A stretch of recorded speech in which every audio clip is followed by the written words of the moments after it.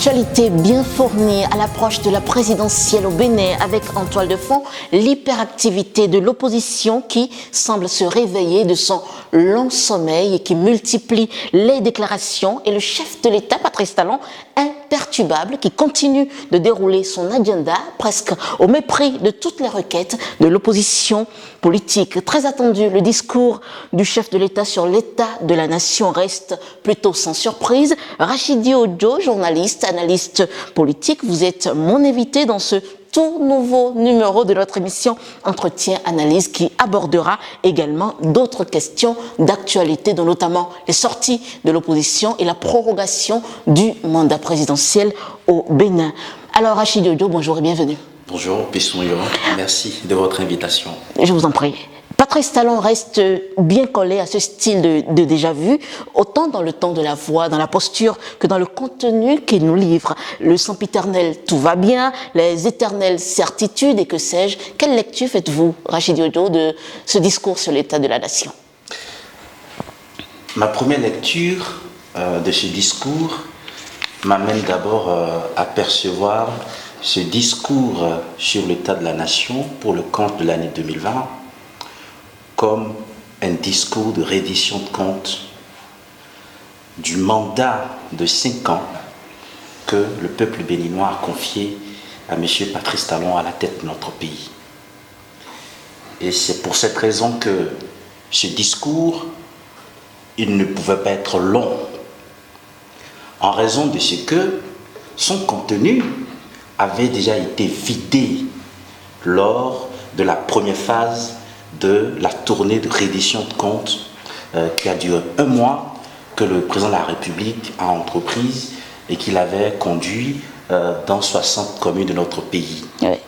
Donc, tout ce que les Béninois sont supposés ou sont censés savoir sur la manière dont il a gouverné, les résultats par secteur, la méthode qu'il a employée, le sacrifice qu'il a appelé le peuple à consentir, l'esprit, la logique de sa gouvernance, tout était déjà connu. Les réformes, les actions, les décisions, les initiatives, les projets, les programmes, avec les résultats obtenus. Et c'est pour cette raison que le format de ce discours ne peut pas surprendre tous ceux qui sont dans la logique de la rationalité. C'est un discours d'environ une vingtaine de minutes qui a essayé de faire une synthèse en quelque sorte de la tournée de reddition de comptes. Parce qu'il ne serait pas logique que le président de la République, sachant très bien que le discours de ce 29 décembre 2020 étant le dernier de son quinquennat, qu'il passe tout simplement le temps à faire la liste des actions de l'année 2020. Donc, il est venu devant le peuple béninois, représenté par les parlementaires, présenter ce qu'il a fait du mandat que nous lui avions confié. C'est pour ça que ce discours a été bref, précis et concis. Les détails auxquels certains peuvent légitimement attendre et qui ne se retrouvent pas dans ce discours. Notamment l'aspect politique aujourd'hui. Ça se retrouve dans les nombreuses interventions qu'il a eu à faire pendant sa tournée d'1 mois. Et plus encore, il y a eu un compte-rendu de près de 2 heures d'horloge de l'étape de Cotonou de cette tournée. Je pense qu'il y a tout à l'intérieur. À partir de cet instant, il faut faire gagner du temps à la République. Alors, ça c'est pour ce qui concerne la forme. Oui. Ma deuxième lecture, bien évidemment,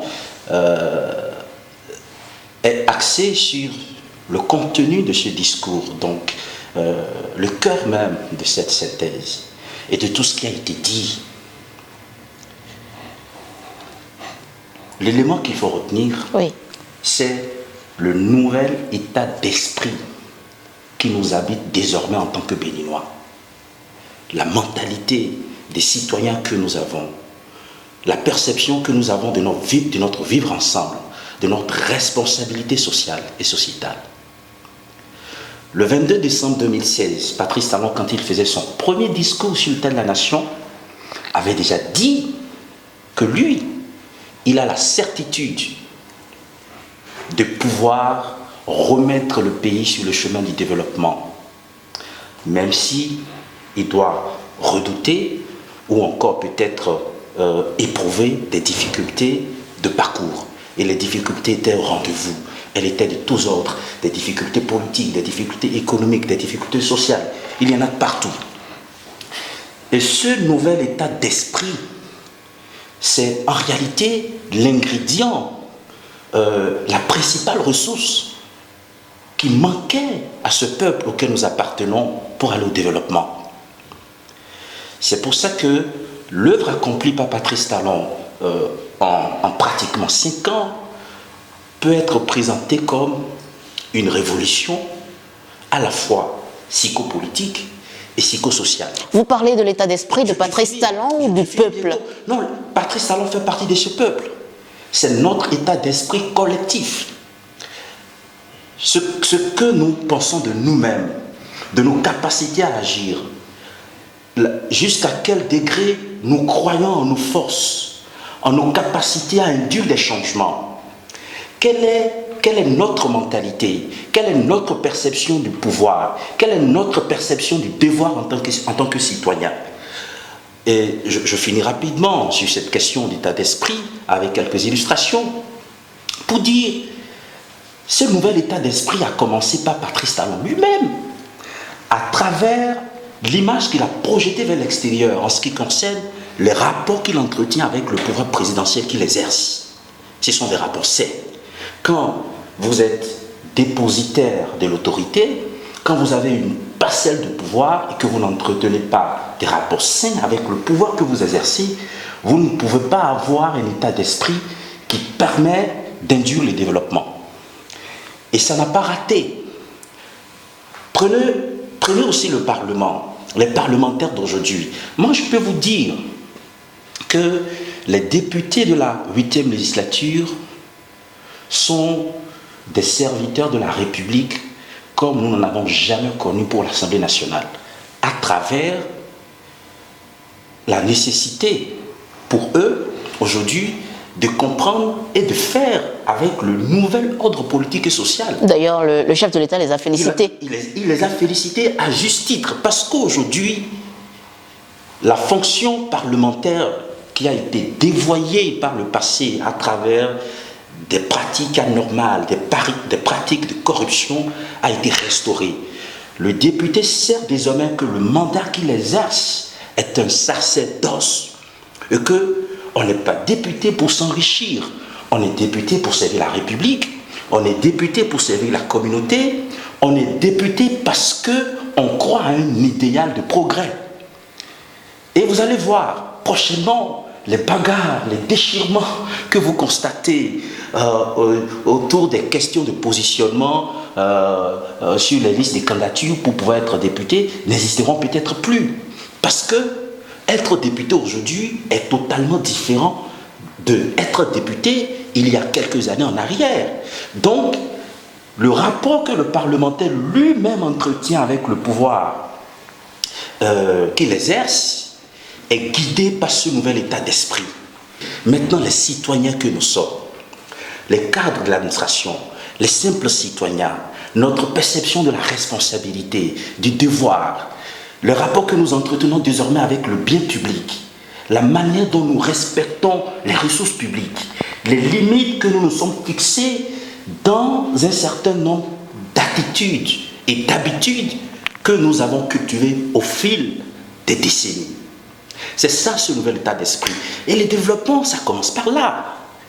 Le développement commence par cette mutation qualitative de mentalité que Patrice Talon a formidablement réussi à opérer au Bénin. Voilà donc pour ainsi dire, Rachidi Ojo, le chef de l'État a également parlé de renaissance du Bénin. Il a parlé d'élections à venir qui seront consensuelles. Il a parlé d'union ou d'unité qui n'est pas entamée, mais pour la première fois, il semble avoir fait l'aveu d'élections législatives exclusives. Lorsqu'en voulant parler d'élections sous consensus organisées au Bénin, il évoque seulement les élections communales. Rachidi Ojo, de votre position, que dites-vous par rapport à ça? Et pensez-vous qu'en le faisant ainsi, ou qu'en le disant ainsi, il donne une certaine légitimité au combat de l'opposition? Et d'ailleurs, quand le président de l'Assemblée a été obligé de rappeler la légitimité des représentants du peuple aujourd'hui dans son discours d'entrée. Je pense qu'il n'y a rien d'anormal, parce que ce rappel se situe dans un contexte. Je vais bien parler de l'usage du mot représentant, de l'expression représentant légitime du peuple employé par le président de l'Assemblée nationale. Vous savez très bien qu'il y a un débat qu'une partie de la classe politique essaie d'entretenir depuis plusieurs mois sur la légitimité de la 8e législature. Et c'est normal qu'en tant que premier responsable de cette institution, qu'il profite des occasions solennelles, comme les discours du chef de l'État sur l'état de la nation, pour faire les rappels qui sont nécessaires. Mais je reviens d'abord à la compréhension, je reviens ensuite à la compréhension que vous avez de l'usage du mot consensus par le président de la République. Oui. Alors, je pense d'abord que, je pense personnellement que vous avez fait une surinterprétation du passage de son discours qui parle de consensus, lorsque vous dites qu'il a fait un aveu par rapport aux élections législatives de 2019. 2019, à travers ces élections législatives, était une année particulière. Nous connaissons très bien l'origine de la situation que nous avons connue. Nous connaissons très bien quel est le rôle que les différents acteurs de notre société, les différentes composantes de notre société ont joué dans cette situation douloureuse que nous avons connue. Moi, j'ai pour habitude de ne pas m'étendre là-dessus. Le président de la République, quand il en a parlé dans son interview à Jeune Afrique en octobre 2020, a dit que c'est une situation atypique. Je pense qu'il n'y a pas eu d'aveu. Il y a eu, disons, une situation politique dans laquelle certains d'entre nous, certains des acteurs politiques, n'ont pas été capables de faire un certain nombre de choses. Alors, quand il parle de consensus, la partie où il a parlé de consensus, qu'est-ce qu'il a dit? Que le dialogue, la recherche de consensus et la persuasion ont même trouvé de place dans la mise en œuvre de certaines réformes. Et juste après, il a parlé de la crise qui a duré plusieurs années au sein de l'Église protestante et qu'il a contribué à résoudre. Ensuite, il a parlé aussi des conflits, des leaderships qu'il y avait au sein de l'Union islamique du Bénin, qu'il a aussi contribué à résoudre. Il a parlé des élections communales aussi. Non, il faut suivre cette chronologie. Okay. Parce que l'usage de ce mot n'est pas exclusif par rapport aux élections communales, avant de dire que c'est dans cet élan que nous avons fait les élections communales. Mais pourquoi il a raison de lier les élections communales à un consensus? Parce que, puis souvent, les élections communales ont été organisées avec une charte des partis politiques modifiée et un nouveau code électoral qui sont tous des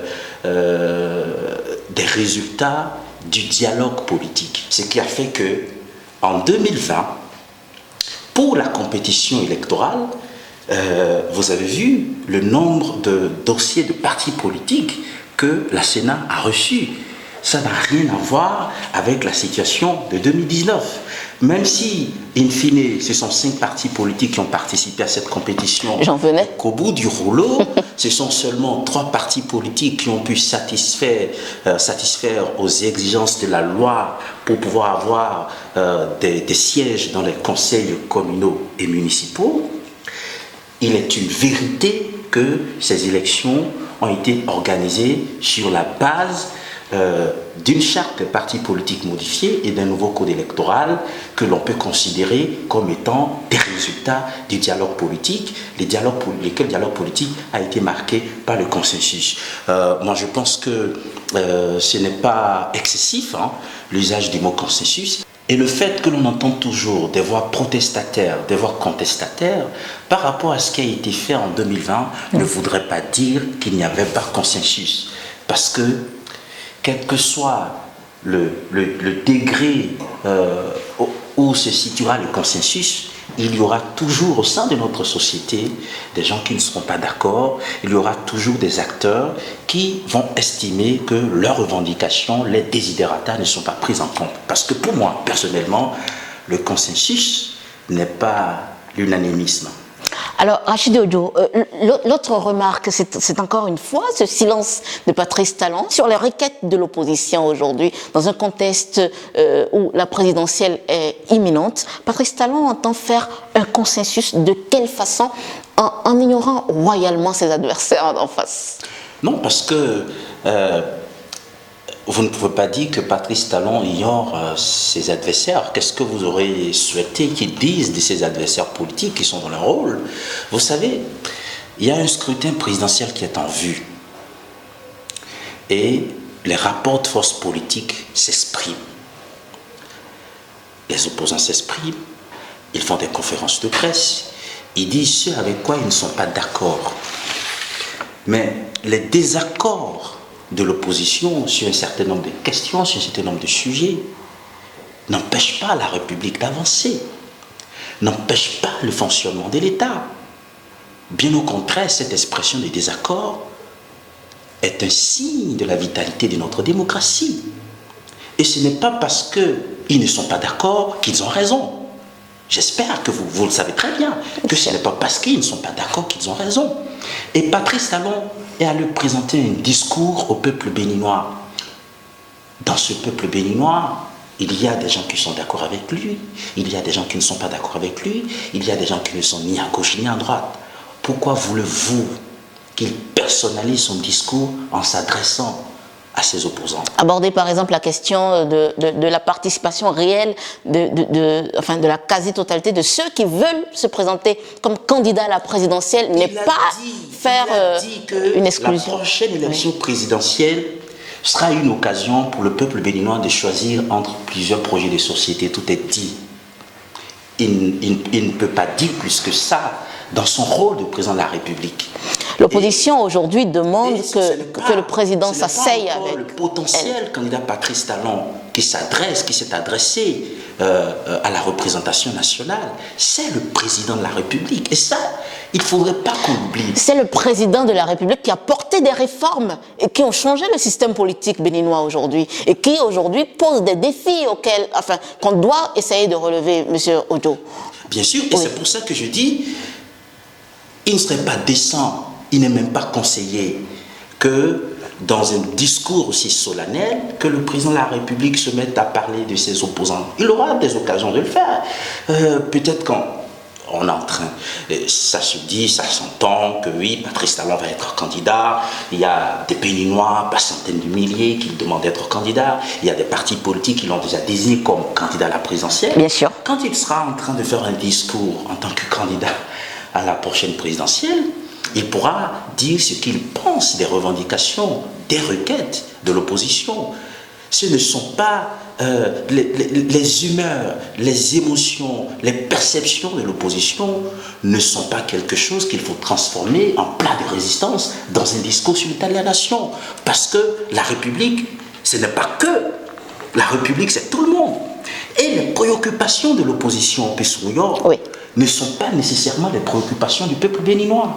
Les Béninois veulent de l'électricité, ils ont de l'électricité. Ils veulent de l'eau, ils ont de l'eau.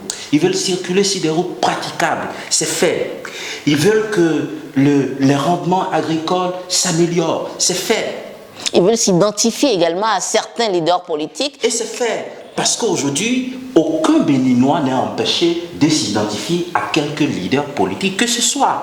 Ça se fait tous les jours sur les réseaux sociaux, sur les médias classiques, il y a des conférences de presse, les gens parlent. Et donc, je pense que dans un discours sur l'état de la nation, ce sont des préoccupations qui concernent l'ensemble de la République et non des préoccupations qui concernent certains d'entre nous. Le président de la République ne peut pas se mettre à faire du cas par cas dans un discours sur l'état de la nation. Le moment viendra où il fera le débat avec ses adversaires politiques. Et puis, le peuple béninois en ce moment pourra se délecter de grands moments de contradiction. Il y aura ça.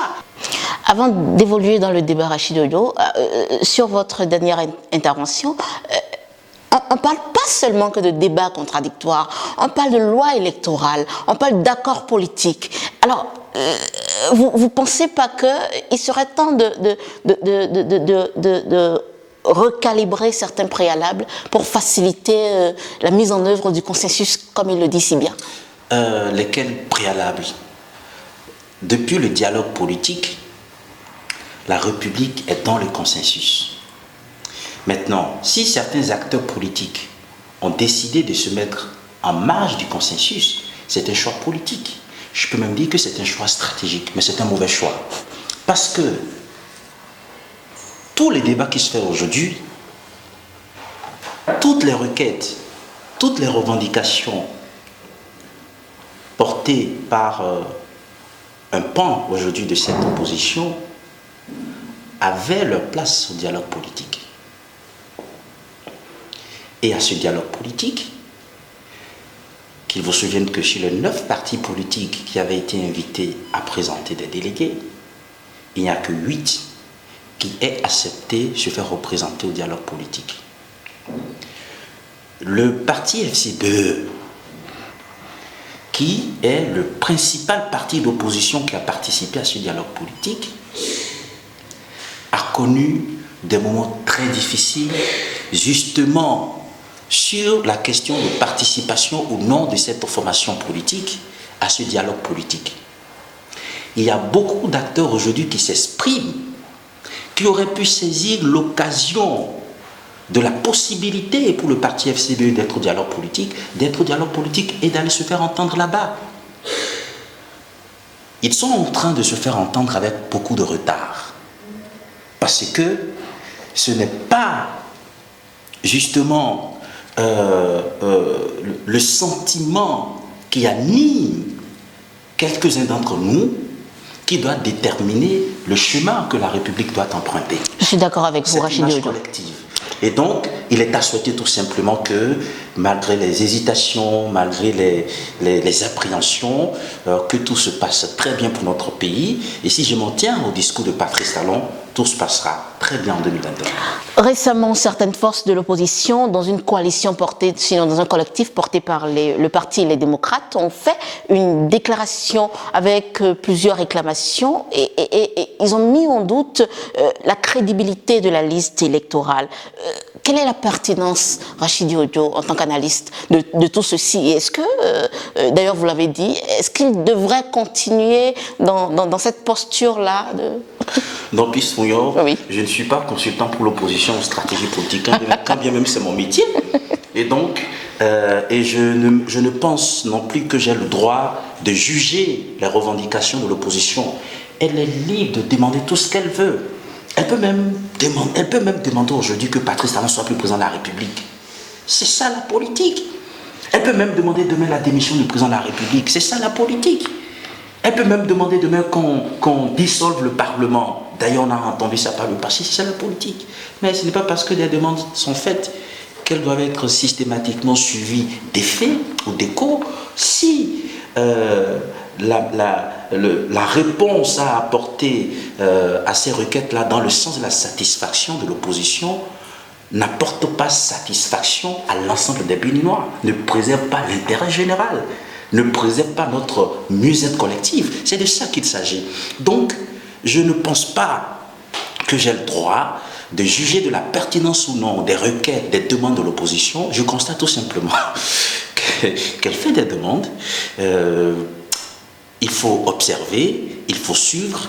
Le tout se jouera dans le rapport des forces politiques. On est en matière politique. Certains acteurs politiques. Chacun mettra sur la table ses atouts, ses potentialités, ses stratégies, ses moyens pour avoir le dessus sur l'autre. Ça a déjà commencé. Certains acteurs politiques demandent un dialogue, sinon une assise avec le chef de l'État. Pensez-vous que leur requête sera entendue? Alors, par contre, sur la question des assises nationales, oui. Sans juger la demande, je peux avec vous examiner quelques questionnements. Allez-y. Les assises nationales ne sont pas une invention béninoise. Les assises nationales, et c'est plus qu'un dialogue politique. Or, les assises nationales supposent que l'état des lieux de notre pays aujourd'hui sur le plan politique, sur le plan social, sur le plan économique, sur le plan culturel, sur le plan éducatif, est peut-être désastreux. Est-ce que vous avez le sentiment que nous sommes dans un pays où tout va mal?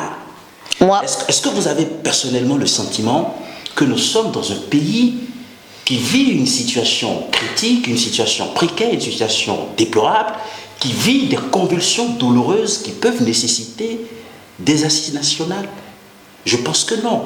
Autant la beauté est dans l'œil de celui qui regarde, autant la laideur y est. Donc, lorsque nous avons deux camps en face... Je finis. Oui. Alors, donc le problème qui se pose, c'est juste l'insatisfaction de certains acteurs politiques. Ils ont transformé leur insatisfaction, ils ont transformé leur désir en problème politique. Patrice Talon perdrait quoi à aller à une table de négociation avec ces acteurs-là? Je viens plus souriant. Je vous prie de bien vouloir me laisser aller au bout de ce Allez-y, allez-y. Oui. À partir de cet instant, comme c'est un problème politique qu'on peut voir comme un problème imaginaire, que d'autres peuvent voir comme un problème réel, comme c'est ça la situation réelle de notre pays, ce qu'il faut, c'est un dialogue politique, et ce dialogue politique, il a déjà eu lieu en 2019.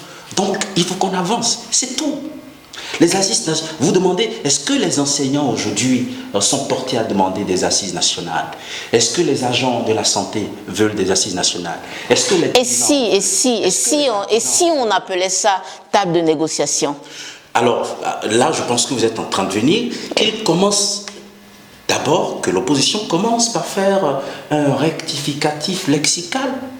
Peut-être les choses iraient mieux.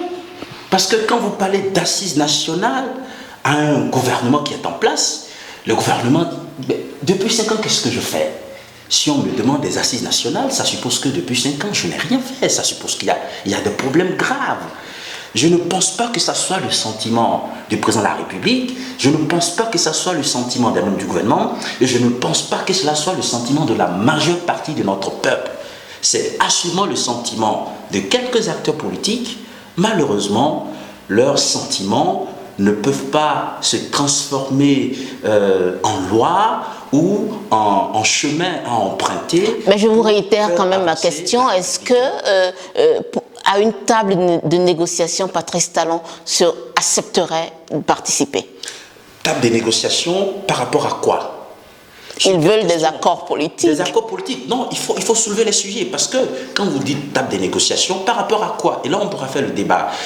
Sur toutes les questions évoquées par l'opposition à travers ses revendications, Patrice Talon a déjà eu plusieurs occasions de se prononcer. Et normalement, il ne devrait plus y avoir de doute. Puis, dites-moi, qu'est-ce qui peut amener aujourd'hui l'opposition à douter de sa participation à la prochaine élection présidentielle? C'est vrai, c'est vous qui posez les questions. Qu'est-ce qui peut les amener à douter? Avant, c'était le parrainage. On a pensé que le parrainage pourrait être un obstacle à l'affirmation des candidatures au sein de l'opposition. Le président de la République, pendant sa tournée, a réaffirmé sa disponibilité à travailler à l'exercice républicain du parrainage par le parrain. Ça suppose qu'aujourd'hui, comme il a dit, les grands ensembles peuvent avoir leur candidat et que lui, Patrice Talon, ne sera pas un obstacle à l'obtention du parrainage par les candidats des partis politiques. Parce que si lui-même doit être candidat, il n'a pas besoin de plus de 16 parrains. Donc, à partir de cet instant, je pense qu'il faut se questionner sur la réelle motivation de l'opposition. Puisque vous avez la possibilité d'avoir votre candidat. Comme disent après que non, on n'ira pas commander le parrainage. Il n'est pas question de commander le parrainage. Les parrains sont des élus de la République. Nous l'avons suffisamment dit. Qu'ils soient des maires, qu'ils soient des députés, ils appartiennent à la République. Et en tant que tels, ils peuvent parrainer les candidats de leur choix. Patrice Talon l'a dit dans son interview à Jeune Afrique. Et pendant la tournée, il a essayé d'aller plus loin en disant les grands ensembles auront leurs candidats.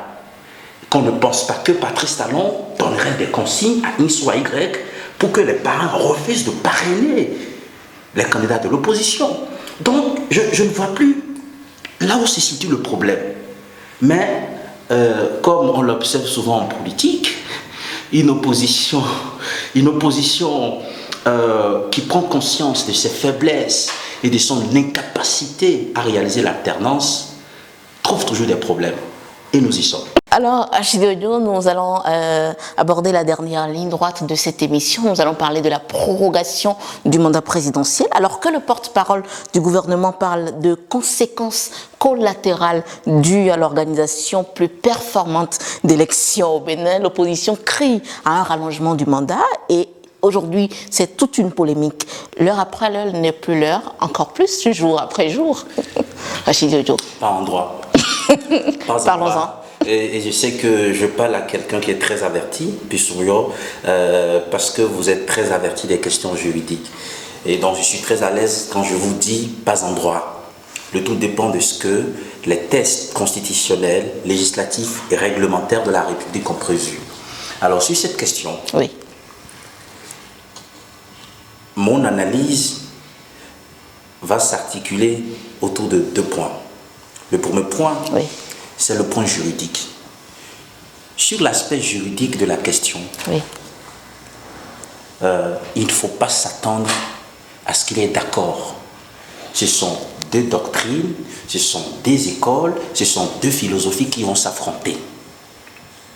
Mais celle qui va l'emporter, c'est la philosophie qui va s'arrimer avec l'interprétation que la Cour constitutionnelle fera de dispositions de la Constitution et du Code électoral qui consacre la prorogation du mandat du président en exercice. Et là, qu'on soit d'accord ou qu'on ne soit pas d'accord, quand on est démocrate, on prend acte. Pourquoi? Parce que on peut être constitutionnaliste, on peut être grand professeur de droit public. Les analyses que l'on fait, le point de vue que l'on émet, les commentaires que l'on fait ne sont pas l'interprétation qui ne constitue pas l'interprétation réelle qu'il faut attendre des lois de la République. Je le dis parce que une partie de l'opinion, je dirais, que l'on peut manipuler très facilement, a tendance à croire que parce qu'un professeur de droit constitutionnel a dit, c'est déjà ça la vérité. C'est très important de marteler ça. Ça, c'est l'aspect juridique. Et moi, je peux vous dire,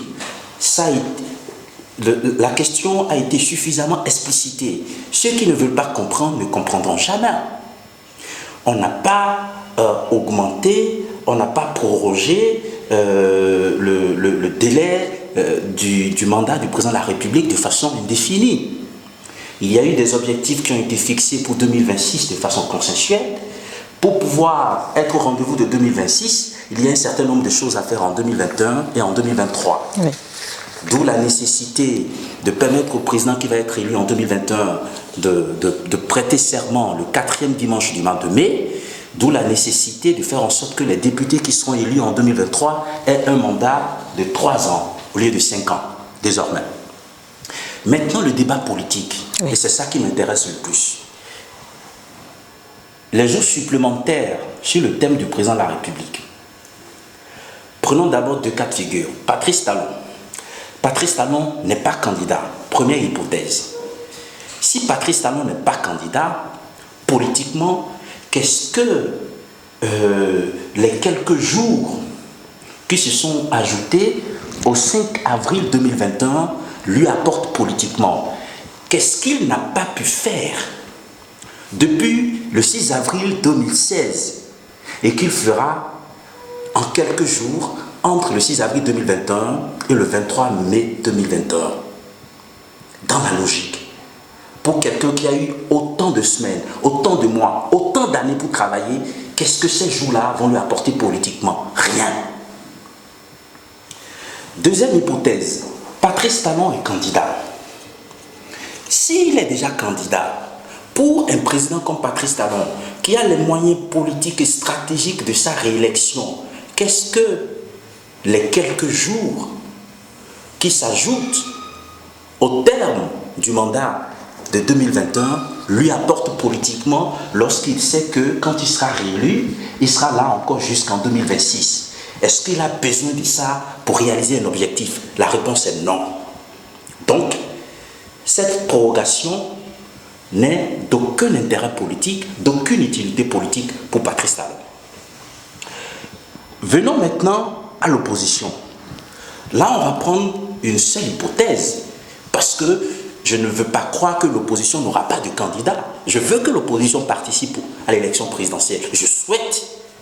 Et donc, dans l'hypothèse que l'opposition participe à l'élection présidentielle, et que le candidat de cette opposition qui se dit populaire, qui dit avoir quadrillé tout le pays, avoir tous les électeurs du pays, ou la majorité des électeurs du pays, avec elle, cette opposition, quand on est sûr de pouvoir réaliser l'alternance, quel que soit ce que Patrice Talon fera entre le 6 avril 2021 et le 23 mai 2021, le candidat de l'opposition, quand il deviendra président de la République, il pourra tout remettre en cause. Ce n'est pas lui, candidat potentiel futur président de la République, qui pourra remettre en cause le travail qui a été fait de 2006 à avril 2021, qui ne sera pas capable d'effacer en une décision ou en deux décisions tout ce que Patrice Talon aurait fait entre le 6 avril 2021 et le 23 mai 2021. Puis conclusion. Oui. Ce débat, il est inopportun. Parce qu'une opposition qui est capable, qui se dit capable de réaliser l'alternance, qui dit qu'elle va prendre le contrôle du pays à partir de 2021, si elle peut être capable de remettre en cause tous les actes que Patrice Talon aurait posés en 5 ans, elle ne pourra pas être incapable de remettre en cause tous les actes que Patrice Talon aurait posés en 45, en 48 ou en 50 jours. C'est une question de logique. Donc que l'opposition travaille à réaliser véritablement et de façon démocratique l'alternance pour laquelle elle fait espérer ses partisans. C'est mieux de procéder ainsi que de perdre son temps dans des débats d'une futilité déconcertante. La République a dépassé ce stade. Rachid Ojo, merci d'avoir répondu à nos questions. C'est moi qui vous remercie. Mesdames, Messieurs, c'est la fin de cette émission. Merci de nous avoir suivis.